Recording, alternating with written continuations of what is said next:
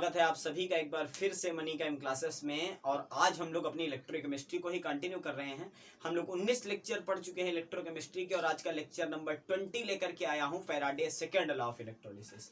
तो सबसे पहले नंबर पे मैं रिक्वेस्ट करूंगा कि अगर आपने फैराडे के फर्स्ट लॉ को यानी कि लेक्चर नंबर 19 को नहीं देखा है तो प्लीज उसे देख लीजिए, क्योंकि सेकेंड लॉ को हम लोग वहीं से डिराइव करने वाले हैं। बस उसकी लैंग्वेज अलग है, उसकी लैंग्वेज कुछ और थी, इनकी लैंग्वेज कुछ और है, लेकिन जो बेसिक क्या कहते हैं नींव है वो वहीं से फैराडे के फर्स्ट लॉ से आएगी। तो आई बटन पे आपको मिल जाएगा लिंक उसका, आप लोग उसको पहले देख लीजिए, उसके बाद में यहाँ पे आइए, ठीक है। तो अगर आप लोगों को याद हो, अगर आप लोगों को फर्स्ट लॉ याद हो, तो हम लोगों ने फर्स्ट लॉ क्या पढ़ा था? हम लोगों ने पढ़ा था कि अमाउंट जो होगा, डिपॉजिटेड जो अमाउंट होगा, ये तो मैंने लिख रखी है किताबी लैंग्वेज फैराडे के सेकंड लॉ की, उसको तो पढ़ाऊंगा, सभी को पता है कि मैं किताबी लैंग्वेज पहले पढ़ा देता हूँ, लेकिन उसके पहले थोड़ा सा बेस मेंटेन करूंगा, उसके बाद में अपनी बातें बताऊंगा, ठीक है। तो हम लोगों ने क्या पढ़ा था कि जो अमाउंट डिपॉजिटेड होता है वो डायरेक्टली प्रोपोर्शनल होता है किसके? चार्ज के, यानी कि क्यू के, ठीक है। तो जब W हटाते थे तो आता था Z इंटू क्यू, जब W को आगे देखते थे तो आता था Z इंटू आई इंटू टी, यही तो आता था। जब हम लोग Z की बात आगे बढ़ाते थे, तो Z की वैल्यू आ जाती थी E अपॉन एफ, Z की वैल्यू आती थी E अपॉन एफ, जहां पर Z होता था कौन सा? Electrochemical equivalent. क्या था? Electrochemical equivalent. और बेसिकली Z क्या था कि एक कूलाम अगर चार्ज निकाला गया तो कितना अमाउंट डिपॉजिट हुआ, दैट इज Z। एक कूलाम चार्ज को निकालने पे जितना भी अमाउंट डिपॉजिट हो गया इलेक्ट्रोड पे, दैट इज जेड। और जेड की वैल्यू क्या थी? ई अपॉन एफ। तो अगर यहाँ पर ई अपॉन एफ पुट करते तो देखिए ये फॉर्मूला आ जाता, जेड की जगह पर आ जाता E upon F, W equal to E I T upon F, that's it, ठीक। तो इसी फॉर्मूले की मदद से, बस इसी फॉर्मूले की मदद से आज हम लोग क्या करेंगे? आज हम लोग फैराडे के सेकंड लॉ को पढ़ेंगे, ठीक है। तो ये तो हो गई फर्स्ट लॉ की बात की, ये जो फॉर्मूला मैंने कोने में लिख रखा है जिसकी मदद से हम लोग इस स्टेटमेंट को जो कि लिखा है वो प्रूफ करने वाले हैं, ठीक है। तो हम लोग क्या करेंगे, कैसे प्रूफ करेंगे, उसके लिए हमें इसकी जरूरत पड़ेगी और उसका बेसिक ये था, ठीक है। अगर आपको पूरी जानकारी चाहिए तो मैंने बता दिया, आप वीडियो देख लीजिए, लेक्चर नंबर 19 आपको मिल जाएगा। चलिए अब शुरू करते हैं फैराडे के सेकंड लॉ को। तो फैराडे का सेकंड लॉ देखिए क्या कहता है, किताबी लैंग्वेज पे आ जाते हैं। तो बुक कहती है कि when the same quantity of electricity passed through different electrolytic solution, ठीक है। जब इसका मतलब समझे, इसने स्टेटमेंट ने कहा कि when the same quantity of electricity passed through different electrolytic solution, इसका मतलब हुआ कि दो या दो से ज्यादा इलेक्ट्रोकेमिकल सेल को एक ही बैटरी से जोड़ दिया जाए, ठीक है। एक ही बैटरी से दो या दो से ज्यादा इलेक्ट्रोकेमिकल सेल को जोड़ दिया जाए तो उसमें से दोनों ही सेल से सेम क्वांटिटी इलेक्ट्रिसिटी की पास होगी। तो उसने आगे क्या कहा? Then the amount of different substance deposited are directly proportional to their equivalent mass, ठीक है। तो स्टेटमेंट फैराडे का सेकंड लॉ क्या कहता है? फैराडे का सेकंड लॉ ये कहता है कि जिसका इक्विवेलेंट मास जितना ज्यादा होगा, ठीक, सुनो बात को ध्यान से, जिसका इक्विवेलेंट मास जितना ज्यादा होगा उस पर्टिकुलर सब्सटेंस का उतना ही ज्यादा अमाउंट क्या करके होगा? डिपॉजिट होगा करके इलेक्ट्रोड पे। चलिए अब इसको समझते हैं, ये बात हो गई। अब इसको प्रूफ भी करेंगे और समझेंगे भी। मान लेते हैं हमने दो इलेक्ट्रोड लिए, क्या लिए? दो लिए। एक इलेक्ट्रोकेमिकल सेल ये लिया, बहुत ध्यान से समझना आप बात को। एक इलेक्ट्रोकेमिकल सेल ये है और दूसरा इलेक्ट्रोकेमिकल सेल ये है। और इलेक्ट्रोकेमिकल सेल के बारे में हमें पता है कि इसमें ही दो इलेक्ट्रोड लगे होंगे, इसमें दो इलेक्ट्रोड ऐसे लगे हुए होंगे। इलेक्ट्रोलाइटिक, जो हमारा इलेक्ट्रोलाइटिक सेल होता है उसमें दोनों इलेक्ट्रोड सेम बॉक्स में होते हैं ना। इलेक्ट्रोकेमिकल होता तो एक इसमें होता और दूसरा दूसरे सोल्यूशन में होता। इलेक्ट्रोलाइटिक है तो एक ही सोल्यूशन में दोनों के दोनों होंगे, ठीक है। सिल्वर के हैं तो दोनों सिल्वर के, कॉपर है तो दोनों कॉपर के। जनरली कौन से यूज होते हैं? प्लेटिनम के इलेक्ट्रोड, ठीक है। और उसके बाद में यहाँ पर भी देखो इलेक्ट्रोड लगे हुए हैं, एक यहाँ पर लगा हुआ है और एक यहाँ पर लगा हुआ है। अब देखो क्या हुआ, इसका मतलब डिफरेंट इलेक्ट्रोलाइटिक सॉल्यूशन। क्या हो गया इसका मतलब? हमारे पास में दो डिफरेंट इलेक्ट्रोलाइटिक सॉल्यूशन हैं, ठीक, एक ये एक ये। तो इसको मान लेते हैं ए, इसको मान लेते हैं बी। ये पूरा सिस्टम ए है, वो पूरा सिस्टम बी है। उसके बाद कहा कि सेम क्वांटिटी इलेक्ट्रिसिटी की पास होनी चाहिए। तो देखो इसको क्या करते हैं, इसको ले जाकर जोड़ देते हैं किससे? प्लस से। और उसके बाद में क्या करते हैं, हाँ, प्लस इसको जोड़ देते हैं जाकर के किससे? माइनस से। और क्या कर सकते हो, देख लो स्ट्रक्चर को, एक मिनट, जस्ट सेकेंड। प्लस से जोड़ा, माइनस से जोड़ा और इन दोनों को आपस में जोड़ दो, बस ये हो गया, ठीक। जुड़ गए देखो सारे के सारे, ये आ गया प्लस, ये आ गया माइनस, ठीक है। तो देखो दो इलेक्ट्रोलाइटिक सॉल्यूशन आपस में क्या हो गए? आपस में जुड़ गए, ठीक है। ये हो गया हमारा, देखो ध्यान से देखो, अब ये क्या हो गया? एनोड। ये क्या हो गया हमारा? कैथोड, क्योंकि इलेक्ट्रोलाइटिक सेल है, जिस टर्मिनल से जुड़ा है वही होगा।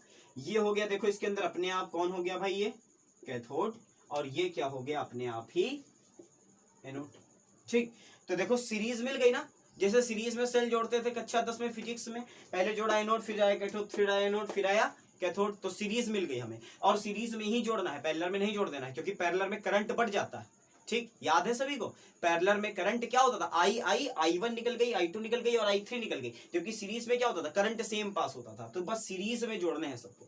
तो सारे इन दो सेलों को मैंने क्या कर लिया, सीरीज में जोड़ लिया। अब मान लेते हैं कि इसमें जो अमाउंट डिपॉजिट हुआ वो है WA, इसमें जो अमाउंट डिपॉजिट हुआ है वो है WB, इसमें जिस चीज के भी जो भी हमने इलेक्ट्रोड यूज किया है उसका जो हमारा इक्विवेलेंट है वो है EA, और यहां पर है भाई EB, और ये सिस्टम है A और ये सिस्टम है B। इस इलेक्ट्रोलाइटिक सेल का नाम A है, इस इलेक्ट्रोलाइटिक सेल का नाम B है। इसमें जो इलेक्ट्रोड लगे हैं उन पे WA अमाउंट डिपॉजिट हुआ है, इसमें WB अमाउंट डिपॉजिट हुआ है। इनका इक्विवेलेंट मास EA था और उनका इक्विवेलेंट मास EB था। ठीक, समझ गए बात को, इतनी चीज मान ली। अब हम लोग प्रूव कर देंगे कि भाई जो भी आएगा, जो भी अमाउंट आएगा वो क्या होगा, वो डायरेक्टली प्रोपोर्शनल होगा उनके इक्विवेलेंट मास के। ठीक, चलिए भाई देखते हैं। तो क्या कर सकते हैं, सबसे पहले नंबर पे तो वहां से उठाओ। तो अगर हम लोग इस वाले सिस्टम के लिए लिखें, क्या लिखें, WA, तो WA बराबर क्या होगा, WA बराबर होगा EA, इसके लिए EA इंटू I ही क्यों, क्योंकि इसमें करंट सेम पास हो रहा है। अच्छा, T भी T क्यों, क्योंकि सेम समय के लिए पास हो रहा है। और अपॉन में कितना F, अपॉन में कितना F। अब आप लोग एक बात देखो, I कांस्टेंट, करंट कांस्टेंट है, T कांस्टेंट, T भी कांस्टेंट है, और F तो होता ही फैराडे कांस्टेंट है। तो क्या यहां से आप ये स्टेटमेंट नहीं लिख सकते, यहां से आप ये स्टेटमेंट नहीं लिख सकते, WA is directly proportional to EA? क्या यहां से आप ये स्टेटमेंट नहीं लिख सकते कि WA जो है वो डायरेक्टली प्रोपोर्शनल किसके है, बस EA के। I तो कांस्टेंट है, सेम करंट पास हो रही, सेम समय के लिए पास हो रही है, और फैराडे कांस्टेंट तो फैराडे कांस्टेंट होता ही है। तो WA is directly proportional to EA, यानी कि A का जितना अमाउंट डिपॉजिट होगा वो किस पे डिपेंड करेगा, EA पर डिपेंड करेगा। जितना ज्यादा इसका इक्विवेलेंट मास होगा उतना ज्यादा अमाउंट आएगा। सिमिलरली अगर उसके लिए लिखते तो क्या लिख लेते, WB is equal to EB into I into T, और अपॉन में क्या F, अपॉन में क्या F। तो यहां से क्या लिख सकते थे, यहाँ पे वोल्ट दिख रहा है भाई, तो WB is directly proportional to EB। ये लो अब स्टेटमेंट पढ़ो ऊपर, क्या था कि when the same quantity of electricity that is your I passed through different electrolytic solution which are connected in series, clear, then the amount of different substance deposited, तो WA और WB जो कि different substance थे वो directly proportional किसके होंगे, उनके equivalent mass के। ठीक, बस इतनी सी बातें कहता था। क्या समझ में आ गया पूरी चीज, क्या समझ में आ गई पूरी चीज? अगर समझ में आ गई तो आसान सी बात है यार, WA बराबर EIT अपॉन F, तो EA के डायरेक्टली प्रोपोर्शनल, यहाँ पे EB के डायरेक्टली प्रोपोर्शनल। इसका स्क्रीनशॉट ले लीजिए, और उसके बाद में हम लोग इन क्वेश्चंस को कैसे सॉल्व करेंगे उसके लिए मैं इसको सॉल्व करूंगा, और बस छोटी सी बात और बताऊंगा और आपका फैराडे का सेकंड लॉ भी खत्म हो जाएगा। चलिए भाई इसको सॉल्व कर दे रहा हूं, इतनी सी बात को बस। अब एक बात बताओ भाई, जो हमने WA के लिए पहला फॉर्मूला लिखा डायरेक्ट प्रोपोर्शन से पहले वो वाला, और जो WB का फॉर्मूला लिखा वो वाला, यानी कि इसको मान लूं मैं इक्वेशन नंबर 1, इसको मान लूं मैं इक्वेशन नंबर 2, और अब मैं कर दूं फर्स्ट डिवाइडेड बाई 2, पहली इक्वेशन को दूसरी इक्वेशन से डिवाइड कर दें, तो क्या आ जाएगा भाई, WA amount deposited in first electrolytic cell, यहां पे कर दूं WB, तो बराबर क्या आएगा, देखो बराबर आएगा EA IT अपॉन F, ठीक है, और होल अपॉन में EB IT अपॉन F। तो Faraday constant cancel, current cancel, time और टाइम कैंसिल, तो एक फार्मूला निकल करके आ गया, that is WA upon WB is equal to EA upon EB, EA upon EB। यानी कि अगर आपको क्या दे दिया जाए, आपको दोनों के इक्विवेलेंट मास दिए हो, ठीक है, या इन चार में से कोई तीन चीजें दे दी जाए, amount deposited in first electrolytic cell, amount deposited in second electrolytic cell, पहले वाले में जो इलेक्ट्रोड लगे हैं उनका इक्विवेलेंट नहीं दिया तो आप निकाल सकते हो। अगर आपको केवल सब्सटेंस दे दिया जाए कि सिल्वर का है तो कितना हो गया, 108/1 हो गया, ठीक है, कॉपर का है या किसका है, जिस भी सब्सटेंस का लिखा हो उसको उसके n फैक्टर से डिवाइड कर देना, उसके मास को निकल आएगा।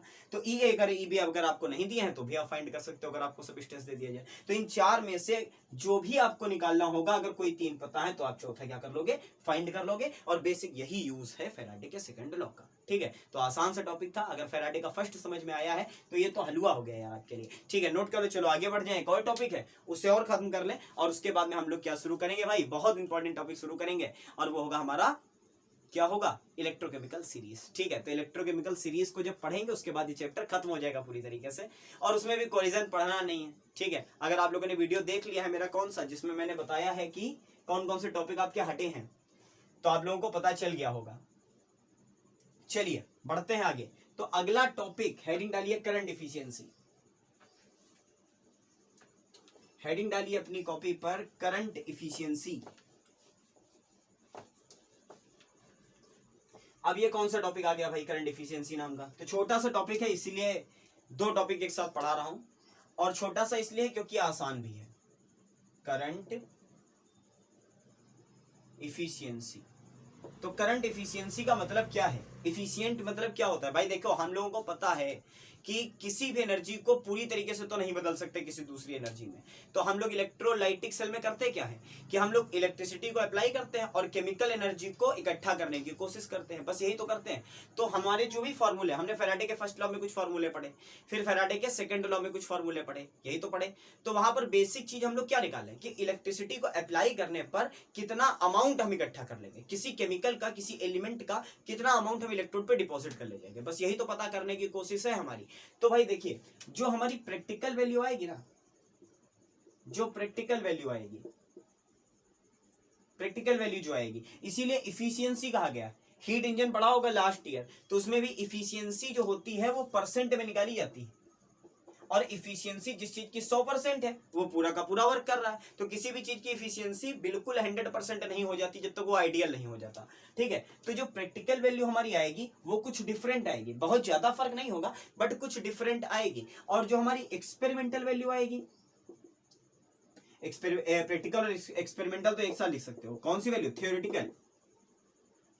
जो हमारी कौन सी वैल्यू आएगी भाई, थ्योरेटिकल वैल्यू आएगी, वो निकालेगी, वो निकलेगी कहां से, वो निकलेगी फैराडे लॉ से, फैराडेस लॉ से। ये बातें पढ़ना बहुत जरूरी होता है, क्योंकि हम लोग कहते क्या है कि हमने पढ़ा और जब हम लैब में प्रैक्टिकल करने गए, तो हमारा वो चीज पूरी तरीके से हुई नहीं, तो पूरी तरीके से नहीं होती। ठीक है, क्योंकि जो फैराडेस लॉ के अकॉर्डिंग आई वो थ्योरेटिकल वैल्यू है आपकी, वो उस अमाउंट पे वो उतना अमाउंट निकालेगी जो वो करंट पूरा का पूरा कर सकता था, बट वो मैक्सिमम कर सकता था। समझिए बात को ध्यान से, क्या कहने की कोशिश है यार, आपके पास में क्या हो, समझो बात को, क्या कहने की कोशिश है। आपके पास में क्या हो, 100 रुपए हो, ठीक है, आपके पास में 100 रुपए हो और आपको 100 के 100 रुपए खर्च करने हो किसी चीज पे, और कोई चीज खरीद करके लानी हो। ठीक है, छोटे बच्चे नहीं होते, उनको 100 रुपए दिए गए, कहा कि कुछ खरीद करके ले आओ जाकर बाहर से, तो उन्होंने 100 रुपए का नहीं खरीदा, वो कितने का खरीद लाए, 90 का खरीदा, और 10 रुपए अपने पास बचा लिए। ठीक है, तो 10 रुपए क्या हो गई, वो एंट्रोपी कॉन्सेप्ट में निकल गई। ठीक है, वो निकल लिए उनके 10 रुपए। तो जो 90 रुपए के लिए अगर लेकर के आया, तो इफिशियंसी उसकी कितनी थी भाई, 90 की लाया और 100 रुपए दिए गए थे, यानी कि उसकी कितनी इफिशियंसी थी, 90% इफिशियंसी थी उसकी। अगर 100 की पूरी ले आता, अगर 100 का पूरा रुपए लेकर के गया, उसको बदल लाया किसी चीज में, ठीक है, कन्वर्जन कर लाया, तो 100% इफिशियंट है। बट ऐसा पूरी तरीके से नहीं होगा, कुछ प्रैक्टिकल वैल्यू जो आएगी वो कम आएगी। तो हम लोग क्या करेंगे भाई, इसी को कहते हैं करंट इफिशियंसी, कि जो हमारा करंट है वो कितना इफिशियंट है, यानी कि थ्योरेटिकल वैल्यू के कितने नियर अबाउट वो ले जा सकता है चीजों को। तो जो हमारी करंट इफिशियंसी सीई होती है, वो होती है practical value upon theoretical value multiply by 100, multiply by 100। तो हम लोग क्या कह सकते हैं, इसको क्या कह सकते हैं, करंट इफिशियंसी को डिफाइन कर दो तुरंत कि इट इज प्रैक्टिकल यील्ड कह लो। ठीक है, ये प्रैक्टिकल यील्ड होता है जो किसके कंपैरिजन में निकाला जाता है, थ्योरेटिकल वैल्यू के एक कंपैरिजन में निकाला जाता है कि अगर थ्योरेटिकल वैल्यू 100 ग्राम आ रही थी, तो प्रैक्टिकल वैल्यू अगर 90 ग्राम आई, तो जो करंट की इफिशियंसी है वो 90% है। ठीक, समझ गए होगे बात को। ठीक है, एक बार और समझ लो क्या कहने की कोशिश है। प्रैक्टिकल वैल्यू का मतलब प्रैक्टिकल यील्ड की बात हो रही है। ठीक, प्रैक्टिकल यील्ड और थ्योरेटिकल यील्ड, कि थ्योरेटिकली अगर फॉर्मूला लगा करके निकाले तो कितना अमाउंट मिलेगा, और प्रैक्टिकल किया तो कितना मिला। तो जो प्रैक्टिकल मिलेगा वो थोड़ा सा कम होगा, क्योंकि पूरी तरीके से एनर्जी नहीं बदल सकती उसमें, और जो थ्योरेटिकल वैल्यू होगी वो कुछ ज्यादा होगी। तो थ्योरेटिकल वैल्यू को रखा गया नीचे टोटल, टोटल को नीचे रखा जाता है, ऊपर जो आया वो रखा और 100 से मल्टीप्लाई कर दिया तो क्या निकल आई भाई, परसेंटेज निकल आई। और यही परसेंटेज क्या होती है, करंट एफिशिएंसी होती है।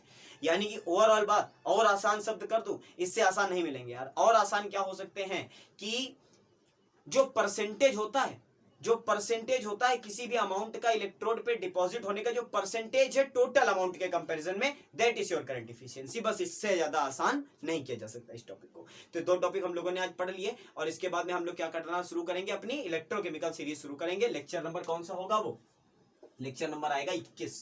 ठीक है, तो कम से कम कोशिश करेंगे कि बस 2 या 3 लेक्चर में निपटा दें। हम लोगों ने 25 लेक्चर की बात की थी इलेक्ट्रोकेमिस्ट्री के लिए, तो 2-3 लेक्चर में इलेक्ट्रोकेमिस्ट्री को खत्म करें और जो बचे 2 लेक्चर 25 में से उनमें क्वेश्चन की प्रैक्टिस हो जाए। भले ही क्वेश्चन प्रैक्टिस कोई नया चैप्टर शुरू करने के साथ साथ करवाऊं, लेकिन क्वेश्चन प्रैक्टिस 25 लेक्चर का पूरा एक कोर्स बने जिसमें क्वेश्चन प्रैक्टिस भी हो जाए। ठीक है, तो चलिए यही कोशिश के साथ में मिलता हूं आपसे अगले वीडियो में। तब तक के लिए पढ़ते रहिए, लगे रहिए और वीडियोस को जरूर शेयर करते रहिए। अगर नए आए हैं चैनल पे तो चैनल को सब्सक्राइब जरूर कर लीजिए, जिससे आपको आगे की नोटिफिकेशंस मिलती रहे। Thank you so much.